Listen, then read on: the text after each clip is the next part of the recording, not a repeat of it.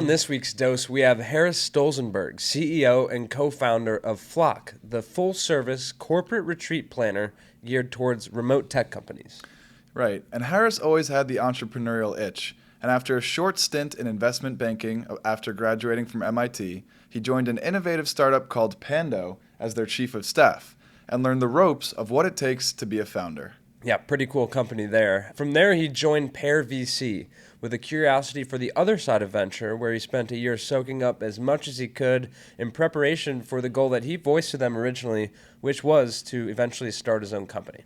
He then took the leap of faith when an old friend reached out about starting a company. They didn't exactly have an idea, but after a few pivots, they eventually found an opportunity to help remote companies plan offsite retreats, a problem that flared up during the pandemic.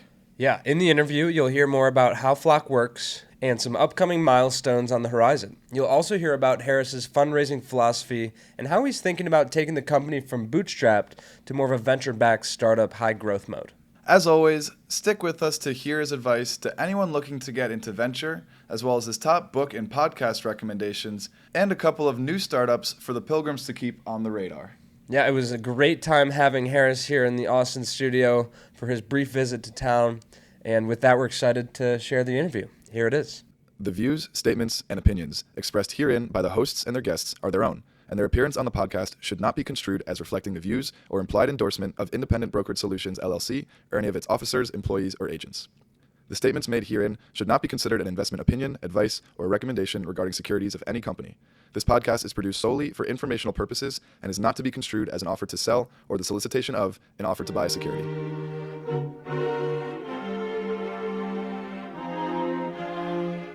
You see here, kid, you gotta just go for it. Don't think about what comes after or what came before.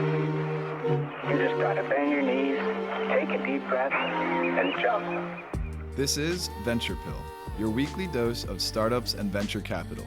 We break down recent startups in the news and interview founders and investors to help you stay informed in the evolving world of venture.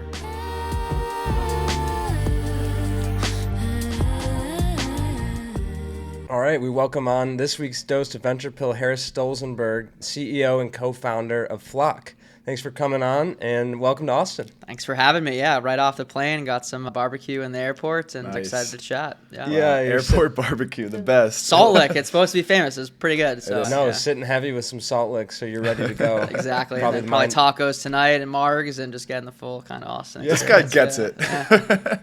Mind is sharp with the meat sweats. You're ready to go. I hope so. We'll see. Well, awesome. Welcome to town. Glad we were able to schedule this in the limited time you're here, and we're both about to be out of town, so we'll make the most of it today. Well, we want to dive right in. We want to hear a little bit about your background. Why did you get into the world of startups and venture capital? We'll get into your career and kind of what led you to starting Flok, but what was the inspiration originally? Yeah, I've always been super entrepreneurial. In high school, I used to buy textbooks from friends and resell them on Amazon. So I always knew I kind of had an entrepreneurial itch. So I went to MIT. All my friends studied computer science. They were always into startups.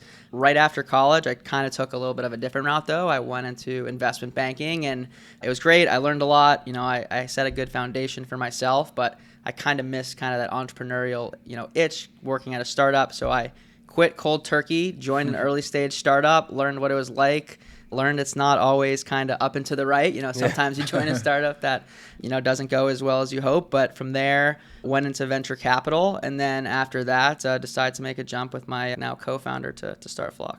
Amazing. Great story. Love that background. Definitely going to have to dig into a couple spots there.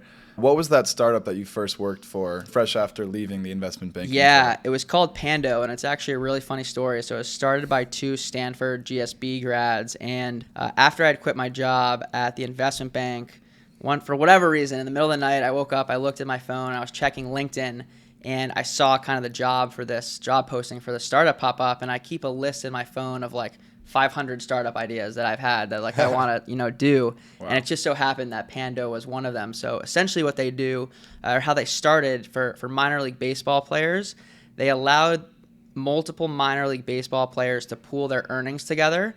so that if one made it to the major leagues, all the others who didn't kind of had a safety net to fall back on. So when I joined, they just had a few minor leaguers, and I think by the time I left, they had hundreds and also people in the majors as well. And now they do it for every type of kind of career. So whether you're a professional baseball player, an MBA student, a software engineer, that's actually a pretty kind of cool concept. Yeah. It's like venture capital for baseball originally. A double analogy here with the hitting the home run, right? Exactly. So there's a lot of interpersonal dynamics and a lot of different dynamics at play to get someone to sign a contract like this, where you're committing kind of 10 years or 50 years of your future income, but very cool thought experiments and a great place to work right after working at an investment bank. So yeah, what did you learn there that you're now applying today? Yeah, I think you just learn how to be scrappy. Like as a founder, you have to do sales, you got to do product, you got to do basically everything. And I was kind of one of the first hires there. And basically, as a chief of staff to the CEO, I was doing all of that.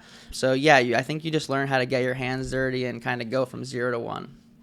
And so moving forward from there, you started working at Pear VC, correct? Would love to hear a little bit what it was like working on the investment side of things there, as well as any notable portfolio companies or stories that come to mind. Yeah, so believe it or not, Pando is actually a portfolio company of Pear. So we were working out of the Pear offices. I got to know Pagemon and Mar really well. Shout out to them. They were just featured on the Midas list. So Wow, yeah, nice. they both got on there, which was awesome to see. Huge fans of Pear. But yeah, they gave me a shot to kind of see what venture capital was all about. And the cool part was that it was the same stage as kind of where Pando is at. So Pear focuses on the 0 to 1. You're a student with an idea, a big dream, a big vision. You don't have to even have an MVP. The big thing is that you can build what you're saying you're going to build, and if it works out, it's going to be kind of this transformational company. So the story they always like to tell and the founder they always bring in is Tony from DoorDash. So basically, DoorDash was a Stanford GSB company. He was driving around making the deliveries himself in the early days, and now everyone knows where DoorDash is. So that's a cool one. And then I actually got to become pretty good friends with one of our, we call it Pear competition winners. We give them a little bit of money. They ended up doing our accelerator, but it was a company called Wager, basically doing sports betting, except not against the house. It's against your friends, so they can take kind of less of a cut. And they just got acquired by Yahoo. So 3 years later, Wow. seeing them go from an idea to being acquired was pretty cool. That's incredible. I love that idea.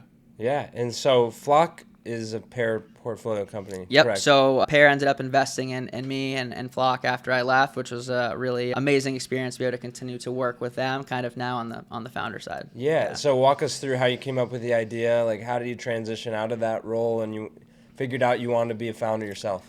Yeah, so like I said, from high school, I kind of had this entrepreneurial itch. I always knew I wanted to be a founder. When I joined Pear, I told Mar, I'm only doing this so that I can kind of learn more to eventually start my own company. I didn't think it would happen as quickly as it did, but my buddy, basically Jared, who was a software engineer at Apple, one of my friends, teammates at MIT, we played football together. He called me and I was like, hey, I'm going to quit Apple. I want to start a company. Do you want to do something with me? And it was just too good of an opportunity to pass up, really skilled engineer and a close friend. And we didn't even really have an idea at the time. We just kind of started working on something, raised funding for that. That's what Pear invested in. It wasn't kind of the current Flok form. It was actually a platform similar to Vendor. I don't know if you've heard of Vendor, but the ability to buy software more cheaply. Anyways, we decided it wasn't the route we wanted to go. The advice we got was, hey, go talk to hundreds of companies, see what problems they're having and try to solve those. And this was right at the time of the middle of the pandemic when everyone was getting rid of their offices, realizing that the pandemic's going to end and they're going to need a plan going forward. And the feedback we got was, hey, we're going to get rid of our office. We're going remote. Can you build us a platform for these offsites and retreats? And that's exactly what we did. Yeah, I love that. And it reminds me of a couple episodes ago, we covered this company called Batch. And it just made us privy to the fact that the group travel market is $11 billion a year, I believe. I'm sure you know better than us, but that's more bachelor parties and golf trips. Oh, I know them well. Maybe one day we'll compete with them. For now, we don't. But maybe in the pitch, if you were an investor and we pitched you, they'll definitely show up in our investor pitch. So I'm a big fan of them. Yeah. And so curious, I know it's still relatively in the early stages with Flok, but what have been some of the early challenges and successes that you've come across? Yeah, I think a blessing and a curse is we've kind of built this as an agency to start. So what I mean by that is we've got 35 event planners and hotel sourcing folks on our team, and it's a very manual process for at least the last 18 months where we go out, contact hotels, put together the contract with the hotel, sign it, and then basically plan your event from start to finish. So meals, activities, ground transportation.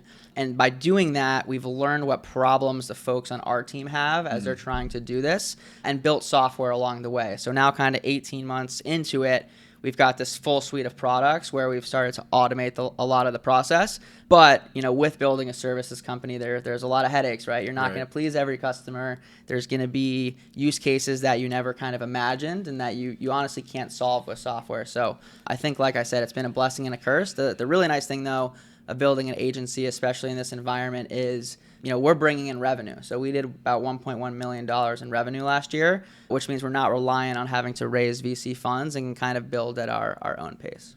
Good for you. That's awesome. Yeah, and so we'll get into kind of the longer term plans, but before we get there, we want to hear a little bit more, like, what are some of the destinations, some of the coolest events? Like, tell us about that. Yeah, so we've done Bali, we've done multiple events in Europe, South America, the Caribbean. We haven't done Australia or Thailand yet, but we've had those kind of come up. We might do one of those soon. But basically the way we frame it is you can pick any destination that you want. So we're not limited to certain cities. We've probably done close to maybe 80 cities, both domestically and, like I said, internationally as well. But yeah, you pick the city, we source hotels. We've got relationships with, all the major brands, but also all the boutiques. Most people don't want to stay in a big box hotel. They want something cool. So we've got all of those. We lock that down, and then from there we go towards planning the itinerary. Yeah. Yeah, just poking around on the website, I saw it. It seems like a very turnkey process of, like, I reach out to you saying, hey, we want to do a Venture Pill retreat, and y'all pretty much take care of everything, which is, certainly a nice burden relieved for anyone trying to plan group travel. Yeah, absolutely. So that's kind of our full service offering, and that's the benefit of having, really like experts on our team and humans who can kind of plan the event. And I think, one day we want to get to the point, I think almost like Batch probably does at this point, where you can do it all automated, you can do it yourself, and probably at a much cheaper price point than what we're charging now to have kind of humans in the loop. Yeah. Right. Curious, based off the data thus far, are there specific types of companies or industries that you find are most frequently booking through Flok? Yeah, absolutely. Right now, I'd say 90% of our clients are remote and distributed tech companies. So, we right now we used to work with teams anywhere from 10 to above. 500 is our largest right now. But we recently made the decision to now the minimum's 25. There's a lot of reasons for it. And, the small groups are great, but we just realized that for our business model at the moment, we got to stick to 25 and above. But yeah, tech companies are our bread and butter. Cool. And so what is it like at this early stage? It's you and your co-founder, a bunch of part-time employees. What's kind of that dynamic like right now? Yeah, absolutely. We're a remote team ourselves. So, we're using Slack. We're getting on Zooms every day. We're communicating, which honestly, if most of our customers and clients are remote teams, it's probably good that we're remote and we feel the same pain that our customers and clients do. But yeah, we've got Jared and myself and another software engineer who are full-time. And then we're managing a really kind of large part-time team. But I think through tools like Slack and Zoom and just kind of constant communication, that's the only way to kind of to build it and see what happens. You have to have a lot of trust in your team as well. Yeah. And hopefully a Flok team getaway here soon. We've been talking about it for a while, and all of our team members constantly ask, and we do an industry event for part of our team every year called IMEX, where hotels will kind of host us to go to this big event in Vegas every year. But the team definitely wants us to get together and do something fun as a group, and I totally understand why. Soon enough. Exactly. We'll get there. We'll get there. And so, curious, if I was a hotel or an experience, why do I want to partner with Flok? Yeah, it's a great question. We're bringing you guys large groups of business, and that's exactly what they're looking for. So if you're a hotel and I say, hey, we've got a group of 150 staying for 3 nights, willing to spend this much, they make money on the rooms, the food, the beverages, got crazy service fees. I didn't know about all these big service fees until you start working with hotels, but they'll get you on the taxes and service fees as well. So yeah, these hotels love us because we're just kind of giving them these big groups kind of hand delivered. And then every hotel has what we call a group sales manager. So they have people at these hotels dedicated to working with folks like us and companies like ours. So it's definitely business that they want. Yeah. Right. And I imagine that helps keep the price down for the party that's booking through the end as well, right? Yeah, usually groups can get discounts anywhere from 5 to 15, 20%. So yeah, you're not paying rack rate of what's kind of available online. You're for sure getting a discount as well. Yeah. And so looking forward a little bit here, what are the plans for the rest of the year and just any upcoming key milestones that you foresee? Yeah, so like I said, we started as an agency, and I think the rest of this year is going to be focused on building out our tech and to see, if we can actually go from being a services company to a software company. I think we've almost basically bootstrapped for the last couple of years, and I think by the end of this year, we want to have a strong pitch to investors and say, we were an agency, but here's how we are going to become a software company, and here's how big we could get if things continue to go well. Okay, so great segue into our next topic, which is kind of your philosophy on fundraising. You've been on the other side of the room. What is the pitch that you're discussing there, and then what is that early stage plan for raising venture? Yeah, 100%. So we started out as this kind of retreat planning agency software, whatnot. But really the pitch is we want to be the all-in-one platform for in-person corporate events. So the big player in the space is Cvent. They just sold to Blackstone for, I think it was $4.6 billion 2 months ago. So that's what VCs want to see. They want to see that if this works, this could be a massive company that returns their fund. They're not interested in, a retreat planning company that could be worth $20 million. They want something that could be worth billions. And that's really the plan. So one day, after Flok gets really good at, the software for planning these offsites and retreats, we can do conferences, trade shows, user events, basically any type of in-person event, and eventually we'll add virtual and stuff along and hybrid events and stuff like that as well. Yeah. So what kind of partners are you looking for initially to help take that first step of growth? Yeah, so we've raised a little bit, but I think we're going to try to raise, a traditional seed round. So, basically seed funds that are willing to kind of take a risk on, a company like ours and seize kind of that vision that we're looking to go. I think definitely looking for an early stage fund, someone that can help with hiring, customer intros, anything along those lines. Curious to hear what advice you may have for any pilgrims, that's what we call our listeners Nice. out there, that are looking to get into the world of venture, whether that's the startup side of things, entrepreneurship, or investing. Yeah, I would say just consume as much content as you can and learn by doing. So I know, I spend probably too much time on Twitter, but follow the right people on Twitter. They're always posting good content, good links to different things, listening to stuff like this. I used to listen to a competitor when I was doing investment banking. I was on 20 VC, every morning listening to Harris Stolzenberg's English accent, reading books, stuff along those lines. But really there's no substitute to actually doing the work. If you want to be an entrepreneur, if you want to be a venture capitalist, try to start in the simplest way possible. Put up a personal website or invest $1,000 into a friend's company. Do the little things, and eventually, that will work out, and you'll be where you want to. You'll get where you want to get to.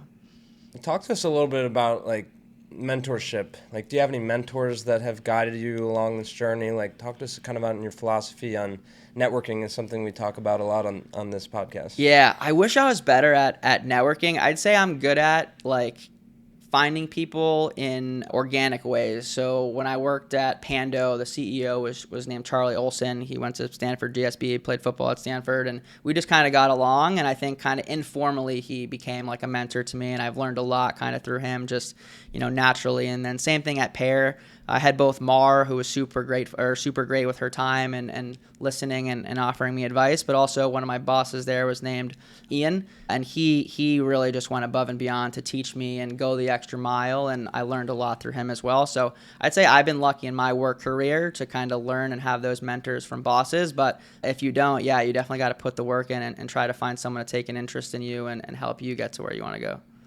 It makes me think of how you're thinking about eventually forming your board, right? And having those types of mentors. Have you thought about that at all? The types of folks you want helping drive the direction of the company? Yeah, honestly, I wish I had the time to think as far ahead as having a board, and hopefully one day we get to the point where we can have a board. But for now, I think it's just Jared and I on the board, and until we raise some more money, I'm going to have to give that some more thought. Yeah. Well, it'll be next time you're in Austin, we'll be doing the update. You're raising I'd love that. The Series B or something like that. You mentioned in your previous answer to consume as much content as possible. Yeah. With that in mind, do you have any specific books, podcasts that you recommend? Yeah, so podcasts, I used to do the 20 VC. I've listened to the All In podcast a few times. And then books, I'd say Delivering Happiness is one of the good ones. Venture Deals, The Hard Thing About Hard Things. I think those are a couple that I've enjoyed. Yeah. Delivering happiness. I don't think we've heard of that one. Is that specific to That's venture, the story of Zappos, actually, Oh, the okay. shoe company. So that one was basically more kind of startup focused, but how he kind of took the idea of Zappos and turned it into kind of this $1 billion company that got bought by Amazon. Yeah. Super cool. Yeah. And another question we like to ask, wrap up the interview is, what are some other startups that we should keep our eyes out for, that the Pilgrims should check out? Man, if I was at Pear, I'd have a ton of good answers and be seeing startups every day. This is probably a cop out of an answer, and these guys are probably a little bit too later stage. But I love Ramp and Mercury. I don't know if you're familiar with those two companies, but one's a corporate card and the other's a bank for startups. We covered Ramp one time. Wow. Okay. One of our buddies works there, and Mercury. I don't know that we have. Okay, check out Mercury because they're awesome. I just opened up given the banking crisis. I don't know if you guys saw what happened with Silicon Valley Bank and FRB, but they're closing banks left and right. So our advice was for investors said, go open up a bank account at like something like a JP Morgan. It took me like 3 months from start to finish to open up the account. I had to get on 3 calls with their customer support. It was an absolute nightmare. Mercury is the complete opposite. A few clicks, you open an account. It's the easiest thing to use in the world. Send wires for free. I'm a huge fan. I'm not an investor or anything in it. I'm just a huge fan of them. Yeah. I feel like I have one place I have heard of them is as like podcast sponsors. Yeah. They should sponsor you guys. Yeah, they sponsor should. you guys. You just recorded our ad for Perfect. us. Perfect. No, it's good to know. I definitely want to check out Mercury. That sounds awesome. Before we let you go, Harris, what's the best way for our listeners to follow you, connect with you, keep track of what's going on with Flok and also your personal life? Yeah, so Harris Stolzenberg on LinkedIn. I've got a Twitter account. I think it's at Harris-Stolzenberg. I'm always trying to grow that. Could use some help there as well. But yeah, LinkedIn's probably the easiest. Or shoot me an email at Harris, Harris, at goflok, GOFLOK.com. Okay, we'll link all that in our show notes, and in addition to goflok.com, and anybody that's interested, reach out to you. And as you guys grow, we'll certainly be keeping tabs, and hope to do an update interview next time as you guys have grown into that venture-backed high growth mode. I love that. Thank you guys for taking the time, and appreciate it. Yeah, enjoy Austin. I will.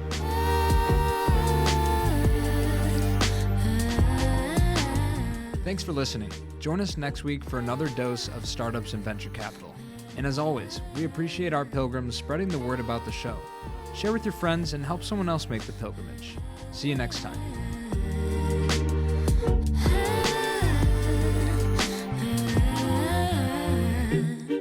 She told me that she only bumps my music when she's lonely. Thinks my vibe's a little low-key, okie dokie, that's alright, but wait, I don't know how to do